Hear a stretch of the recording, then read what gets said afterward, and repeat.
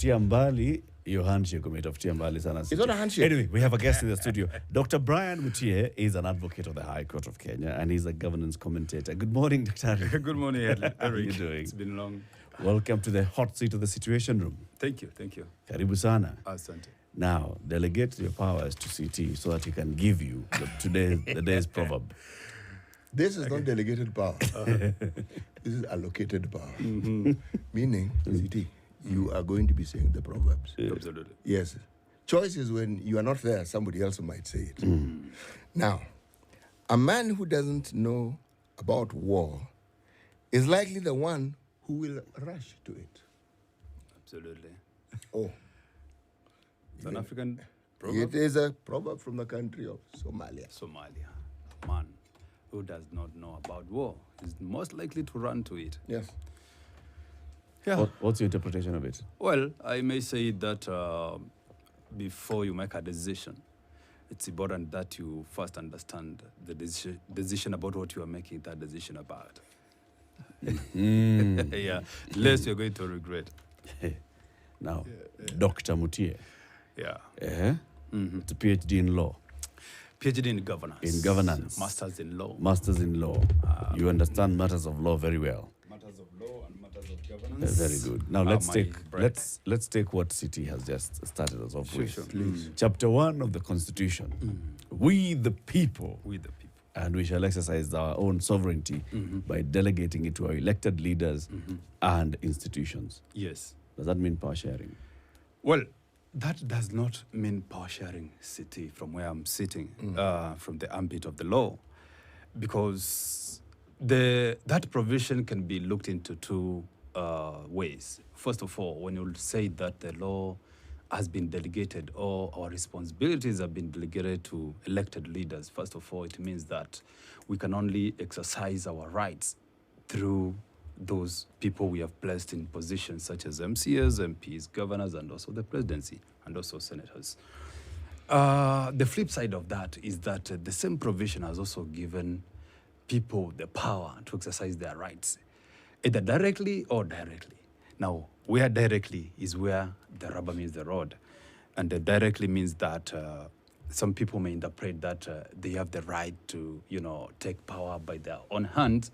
But from where I'm seated in terms of my interpretation is that we have given the so-called right for universal suffrage to participate in electing those leaders. And that's the kind of direct endearing that citizens can actually participate in such kind of exercise in terms of delegating their power and also at the same time exercising directly their power through the people that they have put in places of power. You say it is your opinion and your interpretation. Yes. So if I preferred a different interpretation, would I be equally right? Well, would I be equally wrong? Would I have a position that could be considered to be equally weighty as yours is? Well, you might be right in one way or the other, because law is about interpretation. It's about how different people are also able to interpret, given in a set of panel. If the matter was to go to a Supreme Court for interpretation, perhaps it may come out in a different way, the way you have put it, or perhaps it may come out differently from the way you have put it. That's why people have the right to seek interpretation of the law in any, judicial, jurisdiction. Perhaps I could explain why it is I consider it to be power sharing. The way you interpreted it is like you have a 5-year absolutism where I have actually given the power to you, literally. Yeah. So you have the power on my behalf, and during that time, I let you function on my behalf. And I'm saying that is not the case. You constantly have to refer to me who has given you power. Yeah. And if you constantly have to refer to me, then it means I haven't actually given it to you absolutely. That's really my point. So You've only delegated. Yes, so long as you constantly have to refer to me in whatever forum, whether it's Harambe or whatever, then we are sharing it. Yeah, but then also, CT, you who has delegated can be the only one who decides that I can also delegate the same authority that you've given me. Well, right? there's no question there, Eric. You're Yeah. absolutely right. So until you've told me that, you know what, Eric, I've given you power and I want you to share it with Brian, I cannot share it with Brian. You see, my Or argument... at least I shouldn't share it with Brian. My argument is actually broader than that. I am saying that even the members of parliament who themselves vote, okay, at some level, they're just citizens. Yeah. So whether they were voted in, whether they're in the ruling coalition or not, they're just citizens. So the power that the Constitution gives doesn't diminish simply because they're now members of parliament. As citizens, that power you have never goes anywhere. Sure. I do agree that power never diminishes. But again, you see, when you talk about power sharing, power itself, now we are talking about all the goodies or the trappings that come with the power. Is there any point, and that's my argument, is there at any point that a citizen will feel the same as the member of parliament whom he has actually delegated the power? Well, we may think about that. Actually, it's not difficult to answer because the reason why we choose one individual from a choice of several others is because there's this feeling or understanding among the voters that this individual will represent our interests in the best way possible. Yeah. That's a simple understanding of it. And the reason why you have the processes every 5 years, because we understand that we may change our minds and that individual may actually fail us and may not live up to our expectations. So we may need to perhaps exercise our power to give somebody else an opportunity to try and do the same thing. You see, this is a work in progress, if you ask me. Because everything that we're saying, including the delegation of power, I don't think of it in absolute terms. I think of it as an aspiration. Because even our understanding of it has to evolve. Because for the longest time, we elected leaders on the belief that watatuletea development, they will bring us development, they'll do this, they'll do the other. And we're beginning to think that's really not it. Yeah. So this is the process. Okay. Yes. So I have immersed myself in that process, and I am demanding that my role as the sovereign Be recognized. precisely, and I'm not letting go of it. So let's get then to the crux of the matter, all right? Absolutely. Sure. Our nation's political leaders are at a point where they are about to sit down and have a conversation, okay? Our nation's political leaders seem to have come to a decision, or they're arriving at a decision on what the most important issues to discuss would be, right? Now, is there a point where we, as the sovereign, have got to endorse that agenda and say, yes, we agree that this, number one, it's important for you to sit and have a conversation, and number two, this is what you're going to discuss? Yeah, first of all, that's a very good debate in terms of the topic. And it has been an issue when I saw those five-point agenda, being enlisted as the most intriguing, the most pressing issues that Wanjiku would want to see being resolved by the potentially five member benches from either side. And that brings the question of the role in terms of citizen participation under Article 118, and of course Article 196 at the county level, and also Article 10, which prescribes elaborately on how citizens can participate in decision making. And now that again ties to what City is asking, whether the power that I have as a citizen, whether it's delegated or is a shared power. And I want to answer this in a very precise way. First of all, the moment we say that we have delegated our power to the people that we have elected, then I think, first of all, it gives those people a legitimate, role to play in terms of negotiating on behalf of the citizens, because we chose them to be there, men and women. But when it comes to that particular issue of the five-point agenda that have been described, I would say that perhaps we may need to ask ourselves whether once the five bench members are constituted, is there another framework? Is there another mechanism that will go deeper again to involve the citizen participation directly now to input on the issues that they are going to discuss, the five ones? Is the input from the five members going to be enough representative to the needs of the people across the divide? I'll tell you no. Because when you say that those 5 people from either side are going to be solid enough to address these issues to the core, I'll be lying. Because the way we took the BBI route, where we took all the views of the people across the country and then came up with a very robust document, that could Really? be... Yeah. That's what happened. That's what happened, because they went okay. across the country, they collected views from the people, and they enriched that document. It became a robust document. And they said this is the voice of the majority of the people. At least you could see there was some bit of citizen participation. But if this route of the 5 agenda is not going to take the same course, I think to me I'll be worried, because 5 people cannot negotiate fully. I'm not saying they cannot, but fully on behalf of 50+ millions of Kenyans' needs. I would say your hope is aspirational in terms of inclusion of the people and their opinions, because it seems to me by the time this is already being announced to us, it's a fait accompli. It has already been done. The 5 points have already been established. They're going to have a conversation about it. The contribution of Kenyans is not going to be included in this process. It is 5 people on each side. It is 10 people going to sit in a room and are going to decide what is going to happen. The opinions of Kenyans, if they've not been included in the 5 points which you speak of, one would hope that they would, but that's all it's going to be. It's going to be hope. But Yeah. if I follow the Nothing else. trajectory of Dr. Mutia's argument, remember his argument is that we have already delegated powers to these representatives. Is that not so? Because we voted for them. Yes, exactly. Yes. But that's it. Now, among themselves, they have also delegated powers. Yeah. So are we saying that when we delegate powers, we don't delegate powers so that somebody has the power to delegate?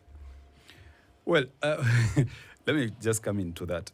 When you say we have delegated our powers to the person and the their persons- assignees. and the assignees, the 5 aside, let me put it that way. First of all, it means that they are taking our views there to that table, to that negotiating table. I'm sorry. Secondly- Please, I have to. I know. Okay. I know you're in a list. They're our But before you go representatives. to the second list, the second item on the list. Okay. The first one you said, we know that they are taking our needs there by virtue of the fact that they have been elected. Correct. So the assumption is that when you elect someone, anything they do in a futurely manner will take your views into consideration. So the assumption here is what you're saying, Yeah. that the 5 points in their minds as they've come up with them are what Kenyans actually want them to discuss. But that is the thing. Yeah. Is it? Is it? That's my question. I'm asking. Can is it be? Because when you've said, Dr. Mutie, we have elected you, but the expectation is that for you to represent me, you've got to keep coming back to me to me For to ask know what yes. I want, right?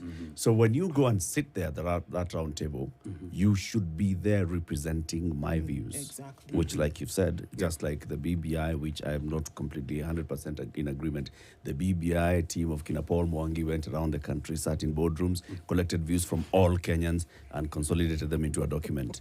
Should be the same. Well, when I say that we have delegated our powers to our elected leaders, I am not locking the door for further consultations from the people. We still have avenues for people to bring in their views. What I said is that there is a need for a robust or wider framework where the direct contributions, again, from the people Yep. may find their positions within that document. And when you say that we have delegated to the leaders, that does not automatically, close the chapter for citizen participation per se. Yeah. Because we may come up with a framework which, again, may solidify this document by further enriching it through also getting views from the people. That's why when you look at some of the dailies, you will see memorandums coming from Parliament. And that is a clarion call for people to enrich that document. That doesn't mean that because I delegated my powers to my member of parliament is the only person who is supposed to enrich that memorandum. So I have also a duty as a citizen to contribute further and give my views. And that's why the ambit of citizen participation under Article 118 clarifies that. At the county level, Article 196 again enriches that space for people to contribute towards enriching any policy document that may have a direct or indirect overbearing of their lives. And again, the 5-point agenda that we are talking about here has not been fully agreed upon by the five side. This was actually a proposal by Azimio side. We are yet to see, because we also saw the likes of Ishungwa disputing that some of the issues here, like cost of living, have already been addressed and are being addressed as we are talking, because the government is putting policies in place to ensure some of these issues of cost of living and tax issues are addressed. So I will wait until they consolidate or they agree fully on the 5-point agenda that they are talking about. But until this time, we are yet to see the Kenya Kwanza side agreeing to the 5-point that Azimio has actually floated. Should citizens now bring, because if we look at what we have seen over the weekend, Kenya Kwanza, with that communication that was only signed by Kimani Ichung'wah, seems to have told us what they want to discuss.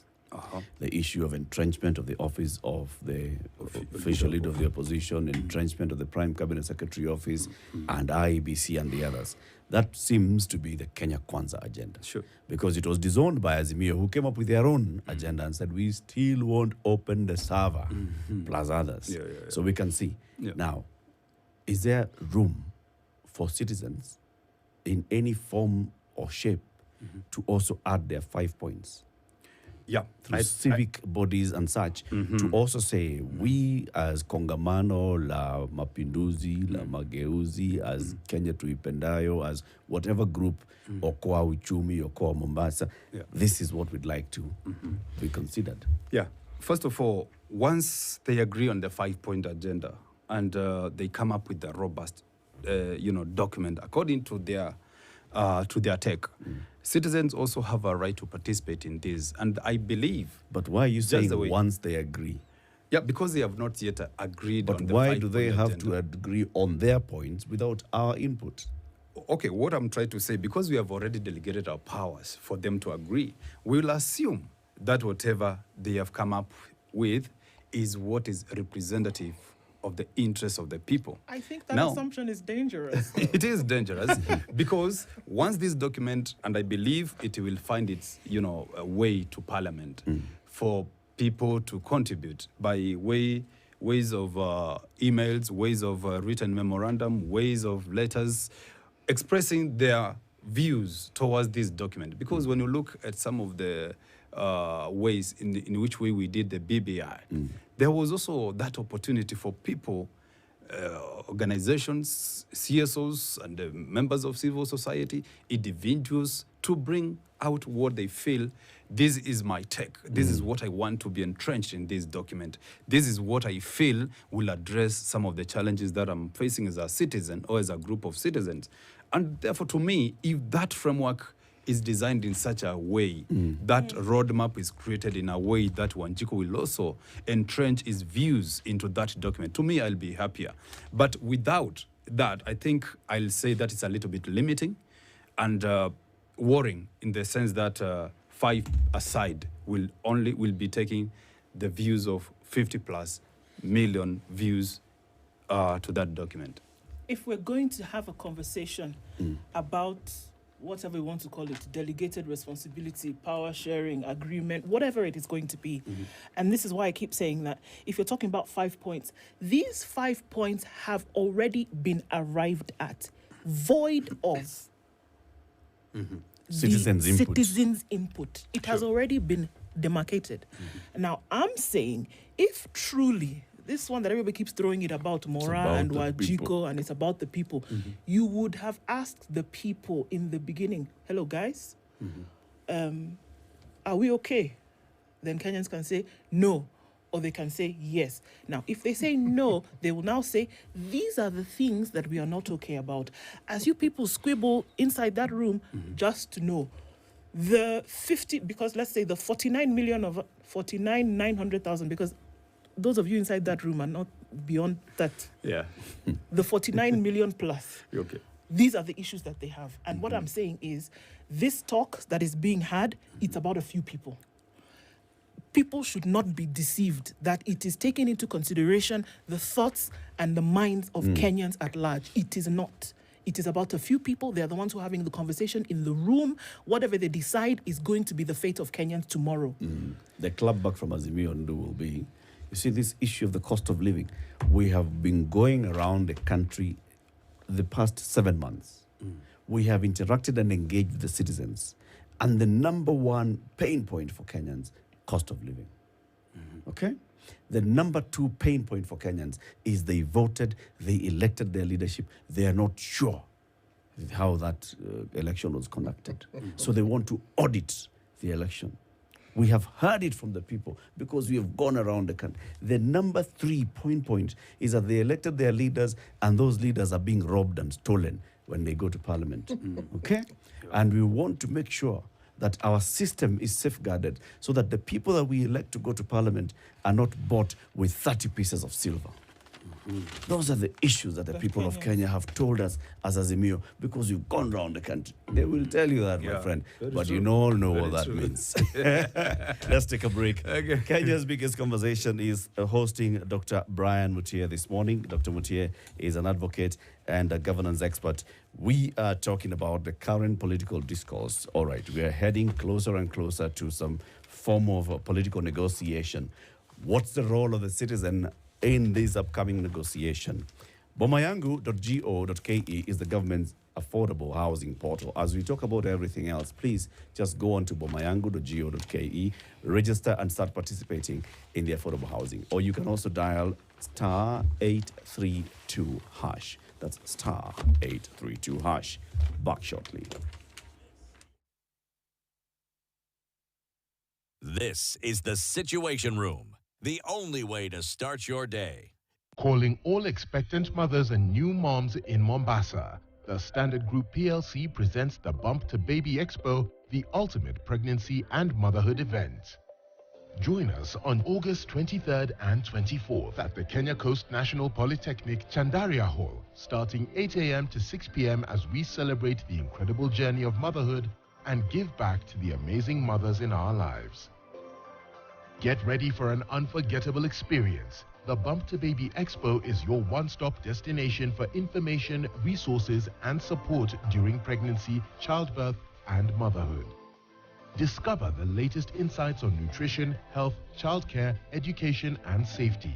Our expert speakers and engaging workshops will provide you with the knowledge you need to thrive as a mom. Connect with a community of like-minded moms, share your experiences, and forge lifelong friendships. This is your chance to find the support you need on this beautiful journey. Bring your family along, because we haven't forgotten the role they play. Partners, parents, and extended family members are welcome to join and learn how to best support the moms in their lives.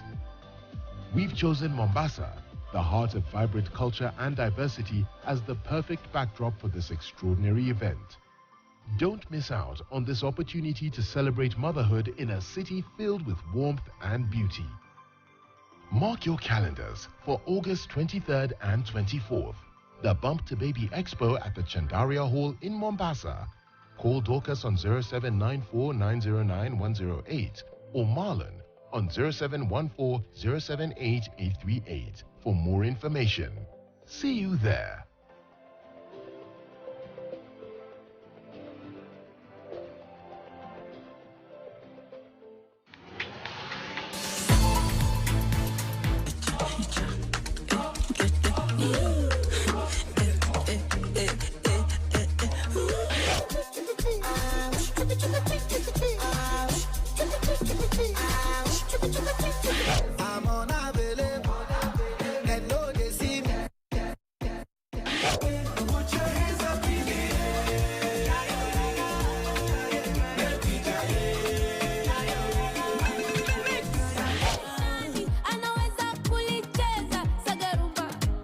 Catch Amplify every weekday from 11:30 a.m. to 12 p.m. only on KTN Home.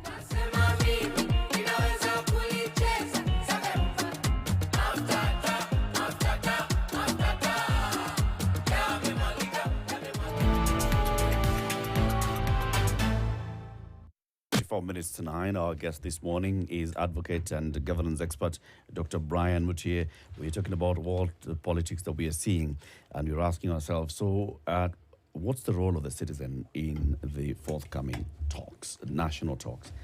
Very many people, even on our social media handles, and it's even been quoted in the Standard headline today, people are saying we want these talks to be live streamed.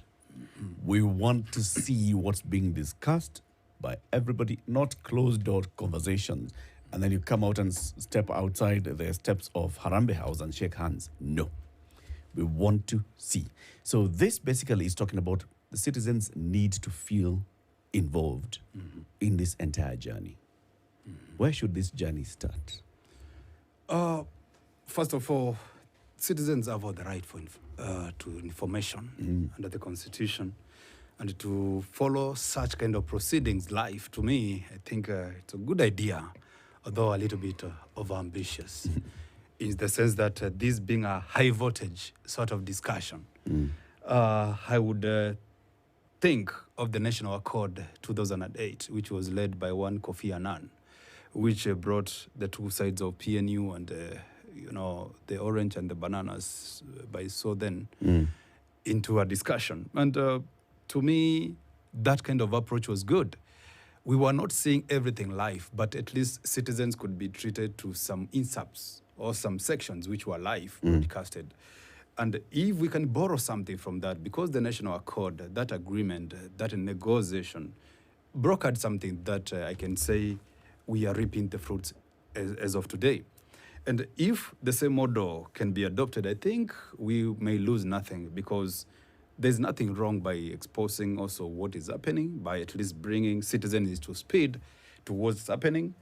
But again, it may not happen because of one reason or the other. One reason being that, as the city wants to say it, citizens have already delegated their powers to the negotiators. And having done so, they would want to be told that trust your leader, trust your negotiator, because you put him there or you put her there, that person is taking care of your agenda. Actually, we do not trust these people. They just happen to have been elected and they're there. The issue of trust is a completely different conversation. Yes. Okay, so the idea is you have to, now that you have delegated your power to this particular leader, where I come from, we say when you take in a dog, you don't bark at the same time. Who, So you or the dog? you as a person. Oh, right, okay. You let the dog do the barking. Why don't you say do the biting? You let the dog do the barking. So on this case also, bringing it home, closer is that you let your member or your representative do the barking or do the talk. Okay. But then the same constitution says that leader must consult you, Sure. right? Sure. So we cannot really run away from that. That they are expected to constantly have conversations with me. But we've also seen the nature of our politics in this country. Just the same way. Let's go with the BBI. The BBI tours around the country. Kisii, then one in Mombasa, the other one in, was it in Kitui? Meru, Yeah, Zimbabwe. and the All over Meru the one, country. right? Those ones were supposed to be citizen engagements, but we all know what was happening. Leaders come, they stand out there, they talk, and then they produce a document and they call this the Makueni Declaration, the Mombasa Declaration, the Gusii Declaration, which did not really have sufficient engagement with the people. So if we say that we trust that our elected leaders, when they're going into this room, they have our points. Mandate. How can we actually prove that what they have First of all, represents a majority of our thoughts? Yeah, first of all, once the 10-a-side or the 5-a-side meet, I think they have an opportunity to have what in law, or what I would equate in law as a pre-trial or sort of a pre-trial conference. They have to sit down and chart out a roadmap on how they are going to approach the whole process. And I will not be surprised if one of the ingredients of the roadmap will be to ensure that they also have a tour, countrywide tour, to collect more views from the people. Because at that point, they are allowed, although there is no robust framework to guide them on how to conduct their business at that point, but if I was to sit in that kind of platform, it would be advisable for them to chart a good roadmap that would include the role of the citizens in terms of their input and how they are going to contribute in terms of enriching their views. Because as you said, the 5-point agenda that has been brought out may be limiting. There may be other issues that perhaps are more pressing. As much as the leaders would want to say, we have gone around the country, we have heard the voice of the people, and that these are the most key pressing issues that need to be taken. I think, to me, the document should not be limited to 5, because there are more pressing needs for the people that need also to be addressed. And that platform may open up that avenue for more enrichment of the document. You know, the discussions that we are now talking about, the ones which are in our headlines, Yes. they very clearly mirror the discussions that have been had. I want to take stock of discussions such as this one that we've had before and the successes we've had with them. The one we had, was it 2007? Was it 2008? 2008. Yes. We saw what happened. Okay? The handshake that happened in 2018, the 9-point agenda. Yeah. That was two people having a handshake. Yeah. Okay? Different sort of scenario. Now, and the circumstances around it are also different. If you ask those who are in the know and they give you their version of the story, because there's always more than one version. So right now, what are we discussing exactly? Are we discussing what the Mwananchi feels to be their priority, or are we discussing what it is that we have been told are our priority, or are we discussing what has been negotiated as what is acceptable to be discussed by these two groups who seem to be at loggerheads? I actually think they are not at loggerheads, if you ask me. Not really. Not really. Politicians, when they speak, one mustn't take everything they say at face value. You need to interpret it. There are people who speak, and they are the litmus test. They are told to speak so that we can see exactly how people are going to respond to these things. Now, you can decide who you think is a litmus test for both parties. But if you ask me the principles, they have a very clear understanding of what needs to be discussed. Sure. Okay? And a lot of the discussions we are going to have very little to do with what they think or what they want. They've already been told what to discuss and the path that they're supposed to follow. So, I do agree. Oh, you agree? I do agree somehow. Who has told them? The masters, of course. No, I am going to be specific. If it isn't the UK, then it is Americans or some IMF.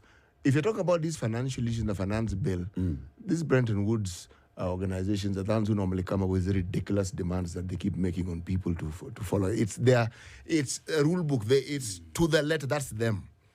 And it looks like we are set to follow them. As for whether we should behave, when you hear of Moderna setting up, Google has done this, God knows who has come here.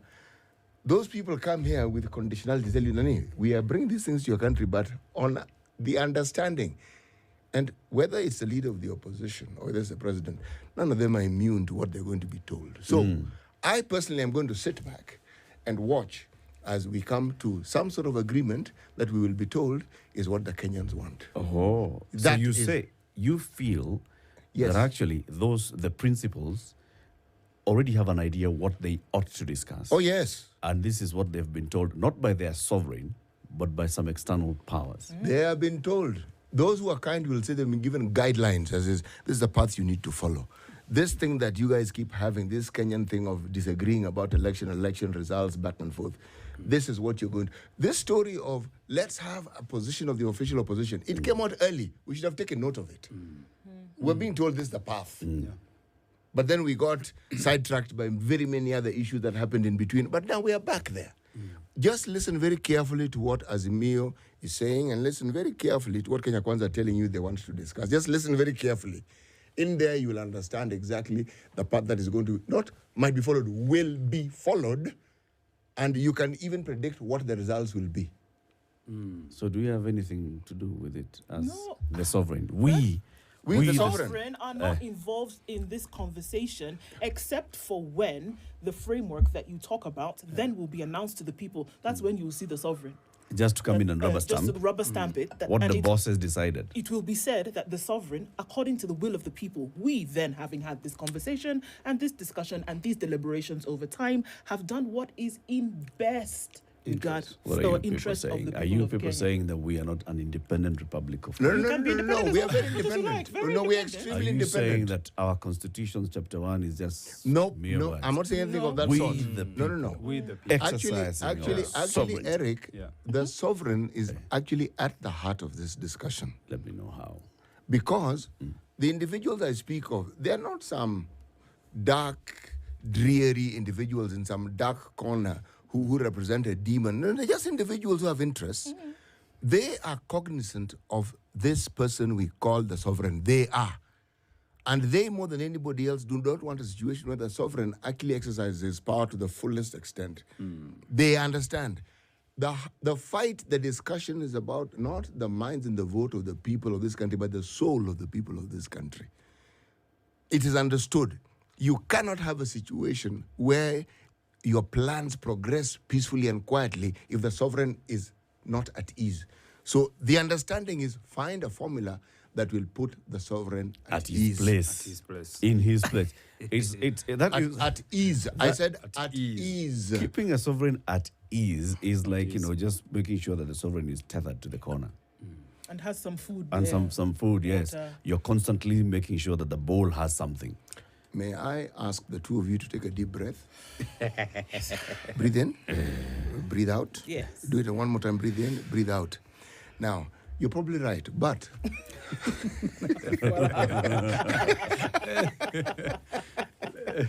Let me say this. In terms of the big man syndrome. I mean, the big brother watching.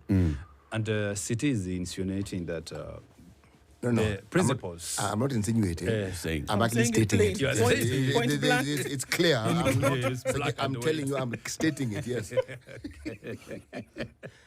Okay.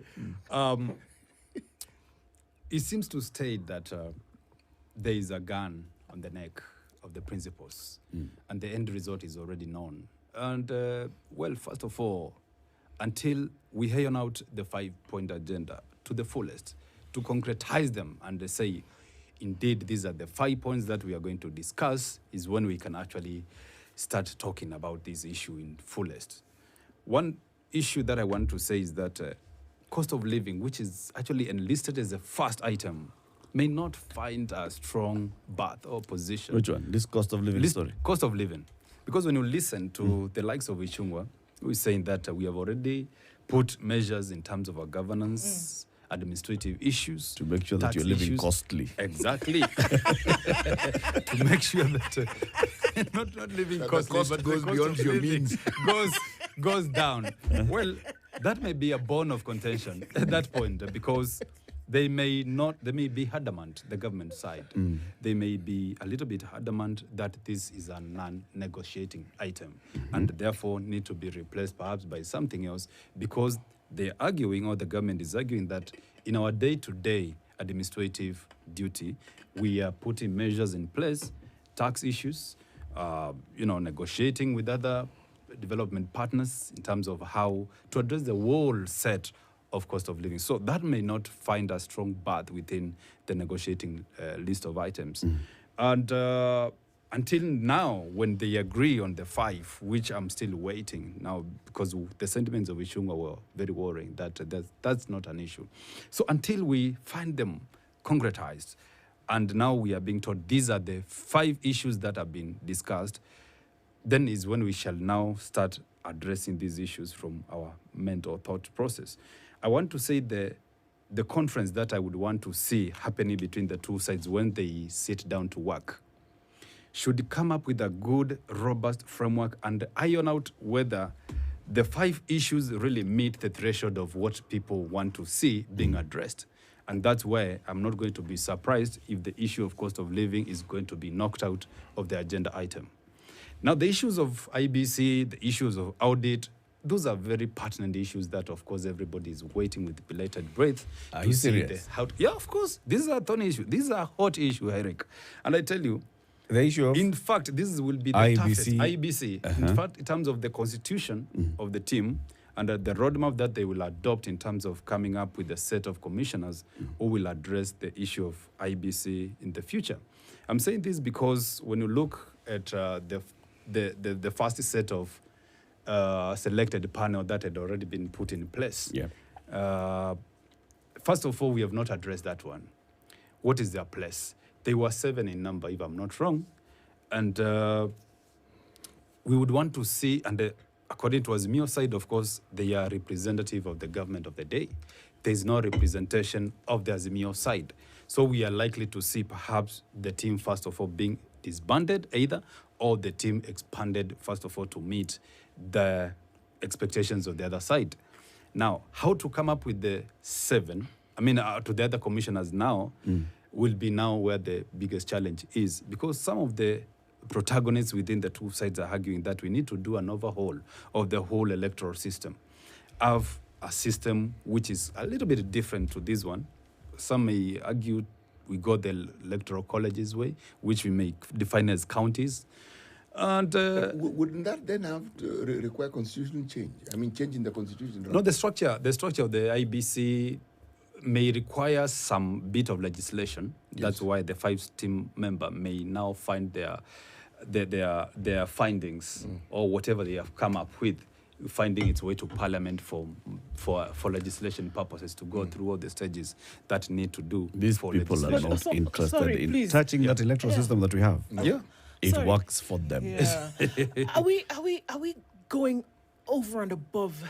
Do we really think that this committee does not know what is needed in this country to be done? They do. Do you think that the individuals who make up this team are tone deaf, or they're blind to see what the issues really are? So now we want to start forming committee to start discussing, and then we want to now guise it that it is because Kenyans have issues, and then therefore we need to come and negotiate so that these issues can then be sorted out. Are you kidding me? Is this not a waste of time and resources that can be well spent to make sure that other things are done? Sure. Or are we not still looking at the fact that there is a side that's slighted, and there is a side who also maybe has made some mistakes and is not willing to come to the table to discuss them? But now here we are talking about, the needs of Kenyans also need to be addressed. The needs of Kenyans also in terms of electoral reform also need to be addressed. And it is this committee that is going to sit down and discuss the way forward. Mm-hmm. And we actually are sitting here believing that the committee will come up with the way forward and then they will implement those things. And that's why we said during the potential conference that may arise from the Fiverr side, at the pre-conference, it's what I call the pre-trial conference in law, or a sort of equated platform, where they sit down and come up with a clear roadmap with the issues that are going to be discussed, being ironed out at that level, agreed concretely that these are the issues that we are going to address, and this is the mode that we are going to take to address these issues. If they agree that we are also going to involve citizens directly, if they agree, then I think that will be a win-win for the citizens. Where they will make That's the mistake. the problem. No, I don't think so, because that is where they will have gone completely I don't wrong. think I don't think it will be a wayward decision if they go that route. It will be so far left field. You see, Why don't you think so? I don't think so, gives because you this the Constitution confidence? itself has given the citizens the leeway to participate in such high-level decision-making processes through the Constitution at Article 118 and Article 196 at the count level. Also, the same citizens have the same path to contribute towards what they feel interests them. So, if that pre-trial conference, if I may put it that way, will open that door for citizens to contribute, then I think the Constitution will have actually been, lived up to. Daktari, we do not need a door to be open for us. That door is always open. No, there for are that no five- conditionalities for in our that constitution five-point where we agenda. are told as citizens you can only participate on a rainy day. Okay? No. But citizens Or want every city. third Tuesday. Or every Let's third look at- Tuesday of the Yeah, month. but citizens have to participate in something that is of interest at that particular point.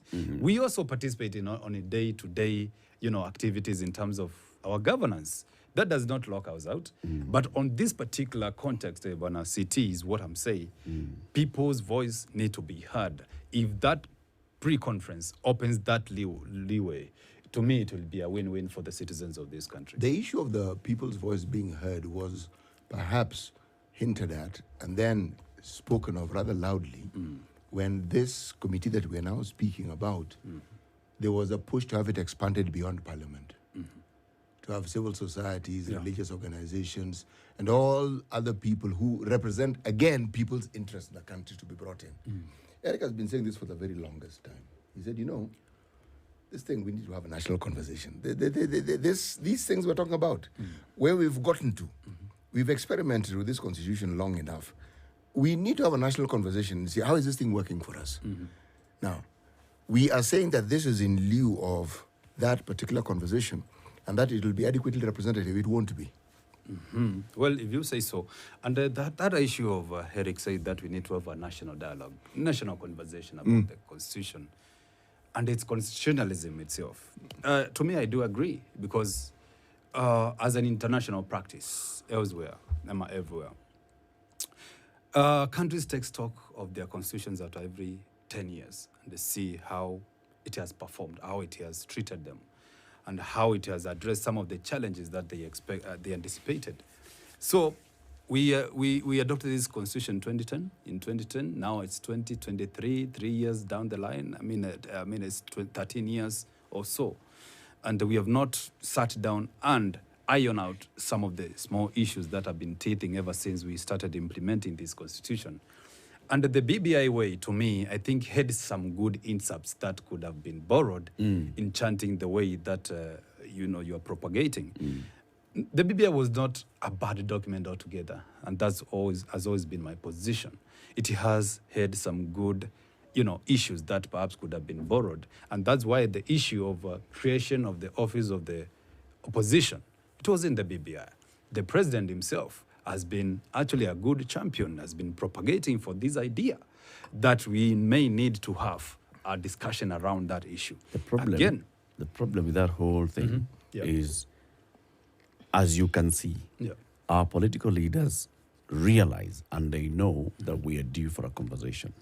But they are attempting to hijack that conversation.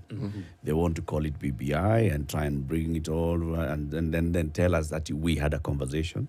They want to make it a memorandum to the speakers of the National Assembly and the Senate in terms of proposing maybe you guys in Parliament can discuss, maybe, we can create maybe an office, maybe, I don't know, but it's upon you, maybe ministers can be coming to Parliament. That is politicians hijacking a moment that is ripe and it is due. We must go back to Bomas and discuss our constitution. They have hijacked, and now we have not even reviewed our boundaries. It is such a difficult conversation to have right now. We are supposed to be revising our boundaries and looking at our boundaries. According to the constitution, the politicians have hijacked that whole story. We don't have an IABC, so who's going to revise our boundaries? And in case, and God forbid, we have a demise of any politician, a governor. Quisha Sisi. Because there's no IABC in place. That's also another worrying trend.